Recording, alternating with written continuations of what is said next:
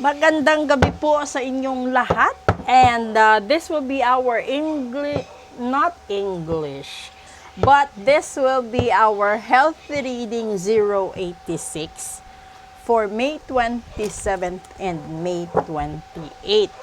So, kung kailan nyo ito mapapanood, ibig sabihin, yun ang araw na mensahin nyo po ito. Pero, siyempre, depende yon kung kailan nyo mapapanood.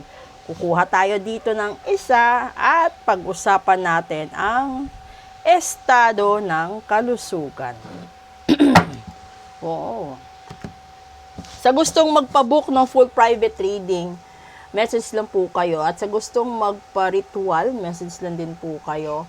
Yung ritual kasi marami, di ba? May ritual na pagtanggal sa kamalasan, pagtanggal ng gayuma, no? At lahat-lahat na. Sabihin at mag-message lang po kayo. Ito na po yun. And that is the Ten of Pentacles. Lahat daw, no, magkakaroon ng magandang bunga.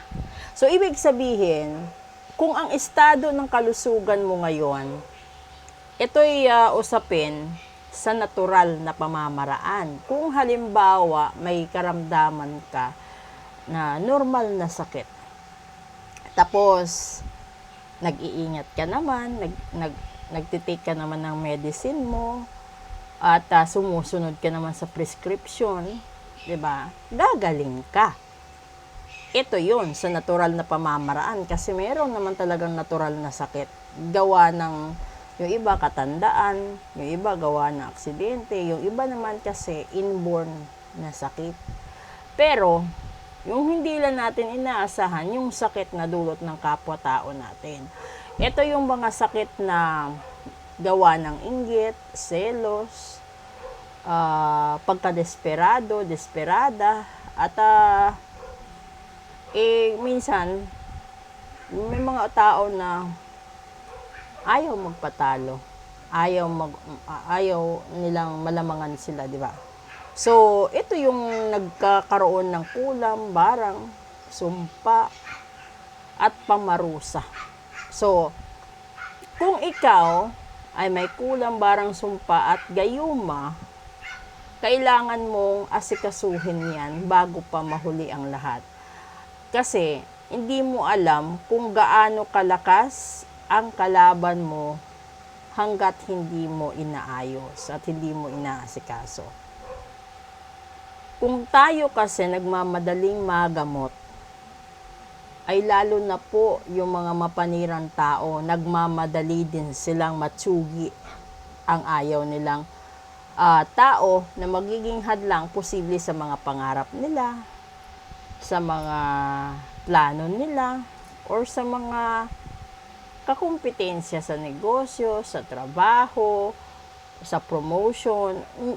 Yung iba kasi, di ba, kahit kasi kahit simpleng trabaho, kung hahaluan mo ng inggit, wala talagang mapapala.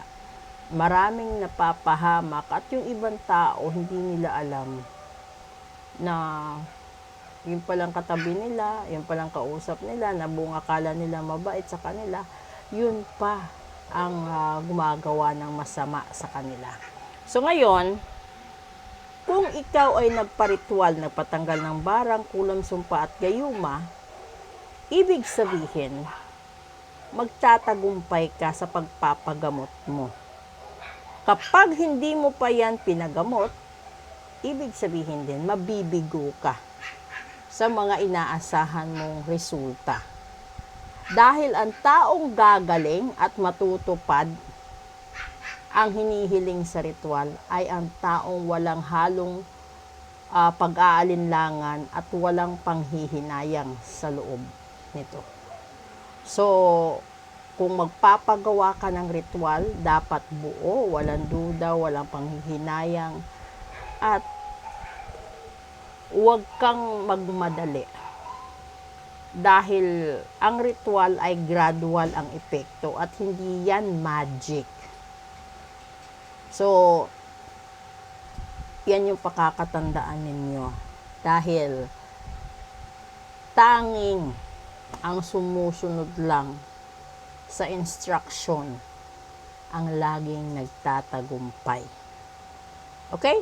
So, proceed tayo sa daily episode natin at tignan natin kung ano ba yung mga pwede pa niyang ibigay sa atin na mga warnings, no?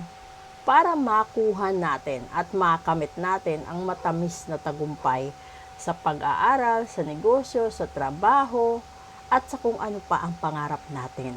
Okay? Thank you po.